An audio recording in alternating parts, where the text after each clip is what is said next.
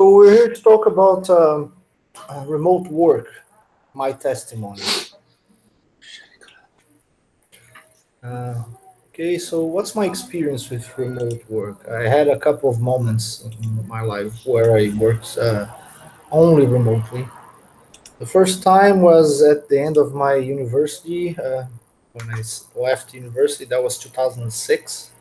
From the period of 2006 to 2010, around 2010, the core was 2006, 2008.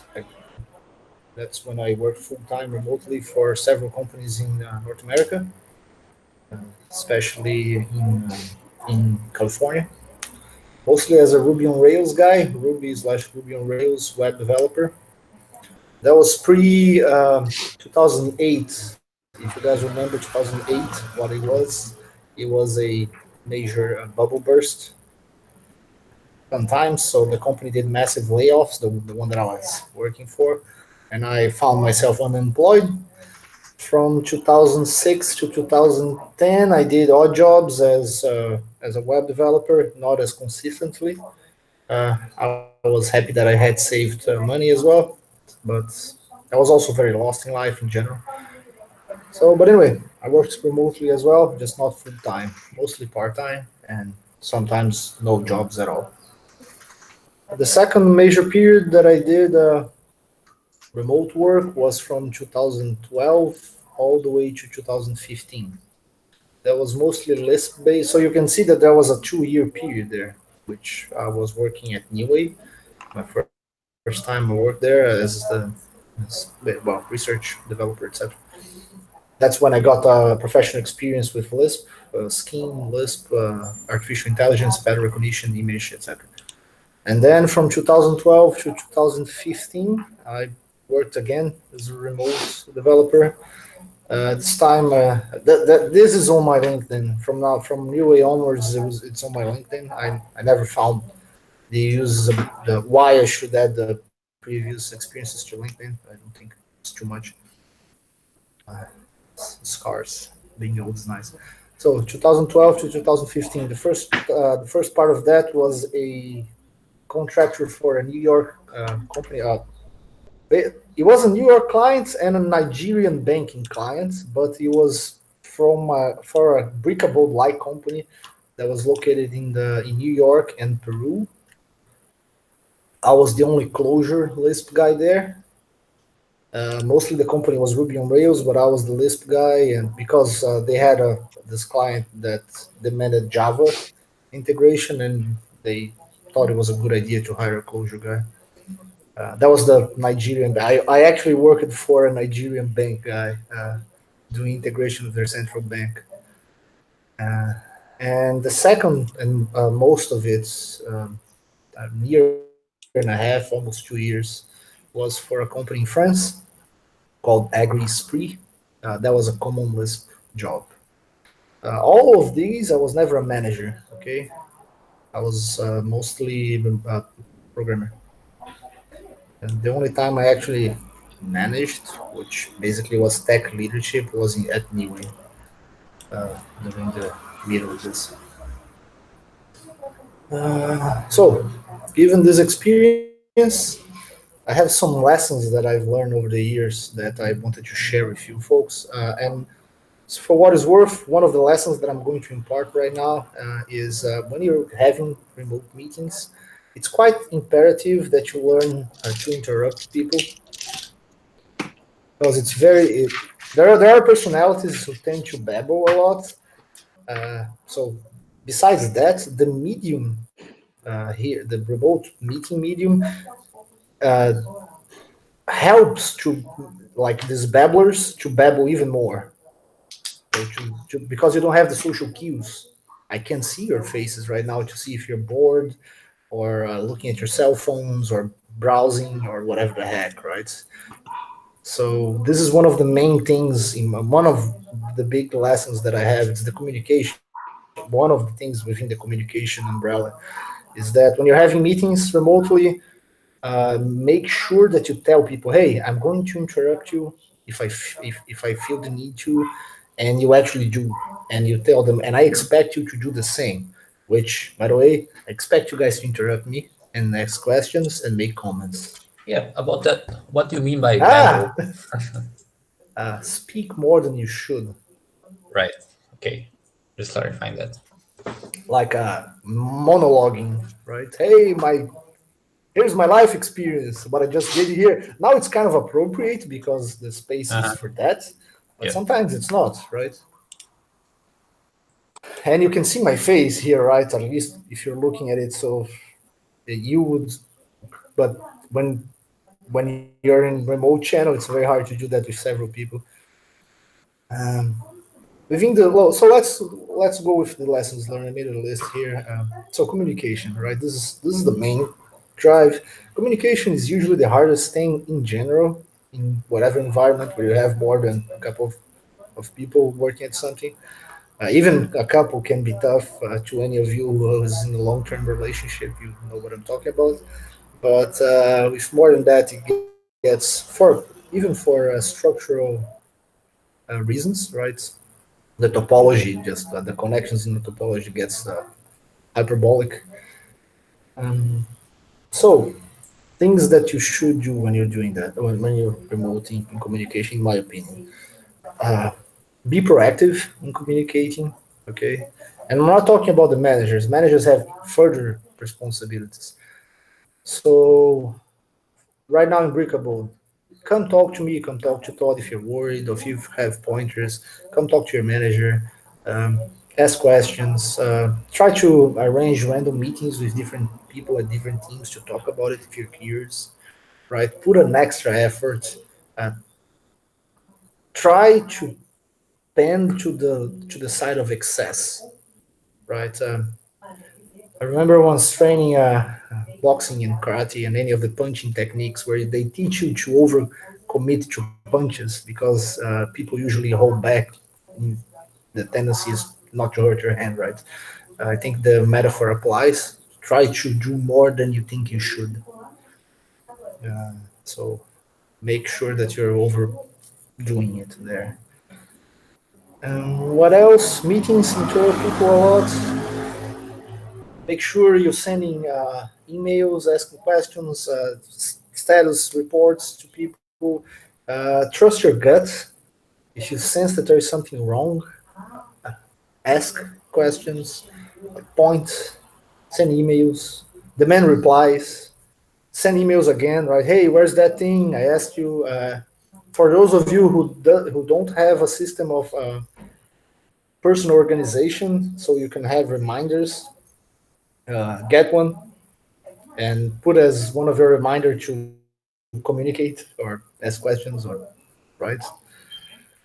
That's the communication aspect. So safety, psychological safety. This is something that for the it's more for the managers, but even the tech leaders, anyone who or even developers who exert a social strength, make sure that people are feel that they can ask questions and that they can communicate with you, and that they right? For instance, I've made a mistake, and this is the aspect of providing examples.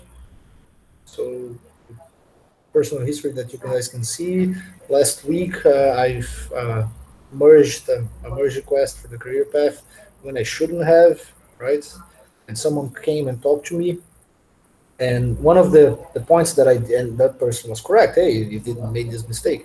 And one of the things that I did based on this principle is I went into public and apologize and provide the example. Hey, folks, if you do something wrong, just apologize and remind everyone that this is incorrect and etc.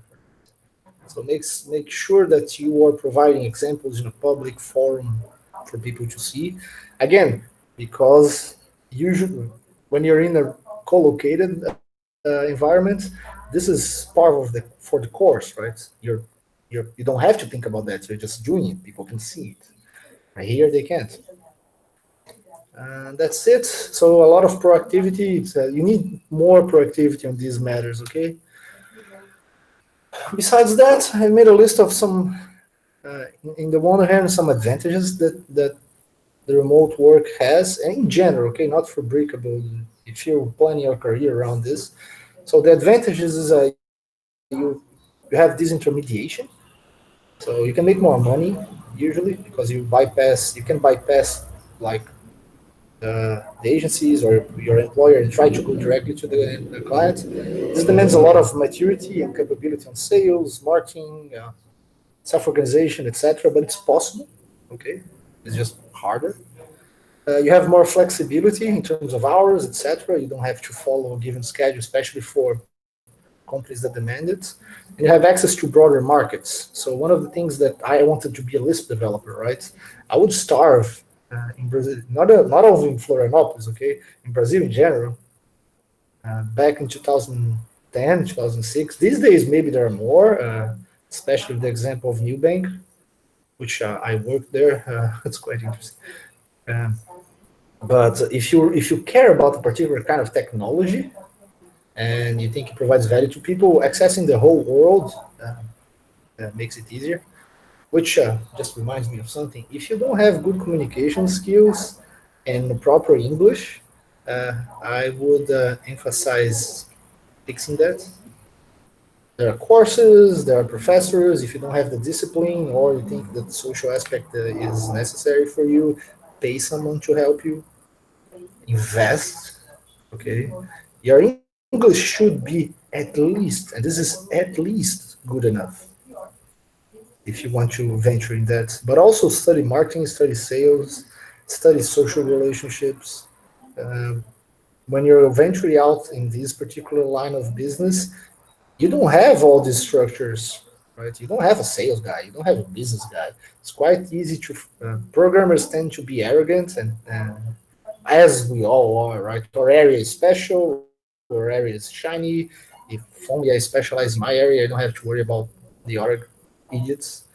The world doesn't really work that way, and it's not structured around for egos. So these are the advantages, okay? The limitations that I found.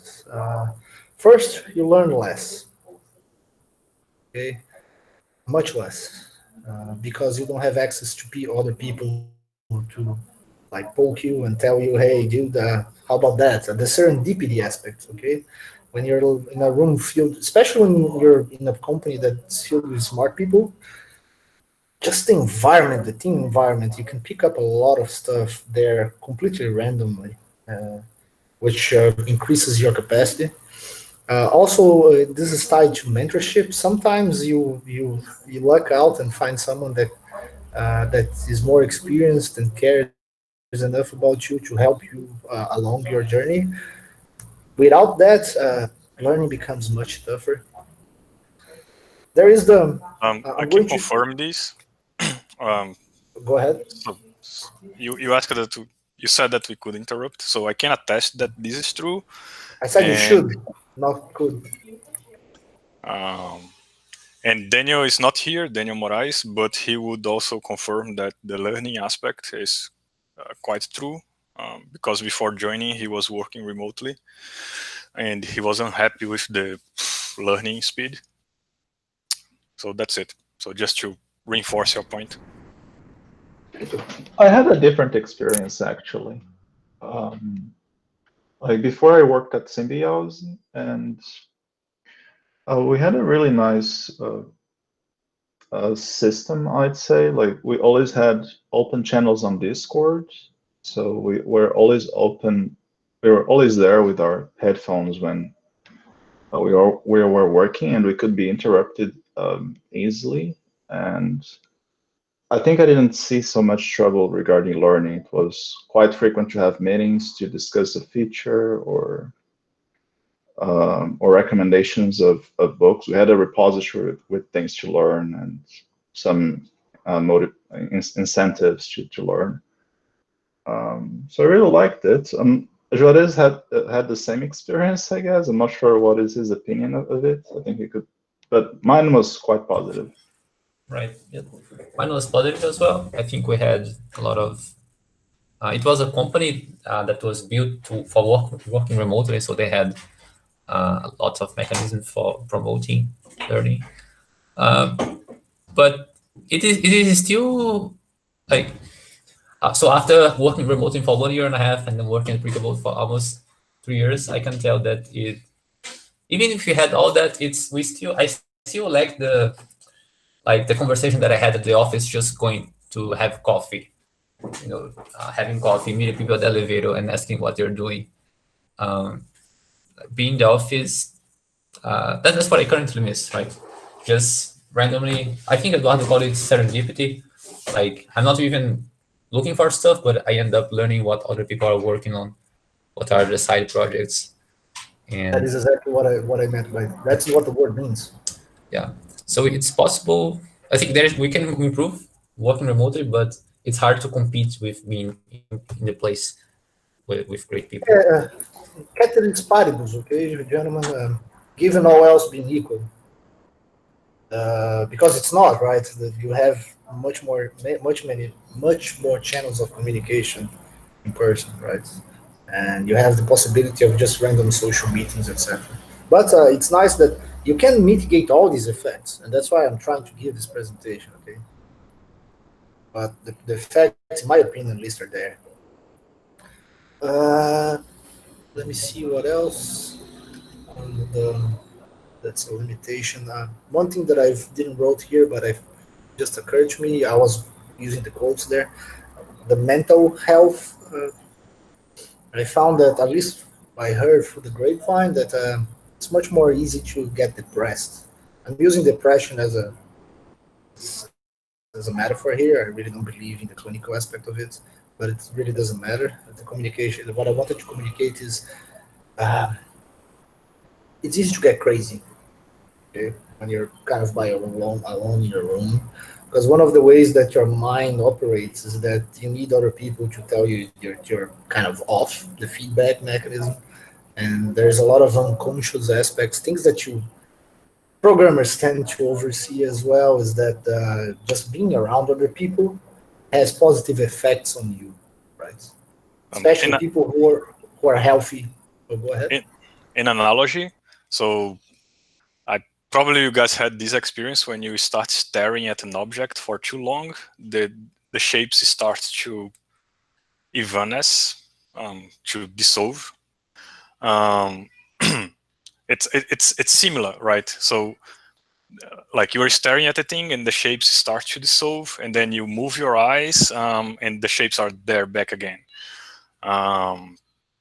So it's similar, like you are in this environment alone, and other people entering it disturbs it. So like the shapes of the environment that were starting to dissolve are put back into place because other people are interrupting your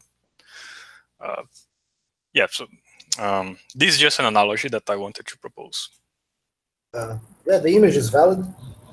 So my advice there is get social groupings, right? Don't. It's very, very easy to just lie there in your cave, right? I've heard several people doing that for months at a time, ordering food even, barely leaving their environments. It's quite unhealthy. It leads to you risk several bad outcomes. For instance, one thing that I found in Breakable that was quite interesting is that the culture of doing exercises, for instance, or just pushing yourself harder for several healthy things, right? This promoted an environment that I thought was very, very nice. So when you're by yourself, you don't have any of these, right? Any of these safeguards.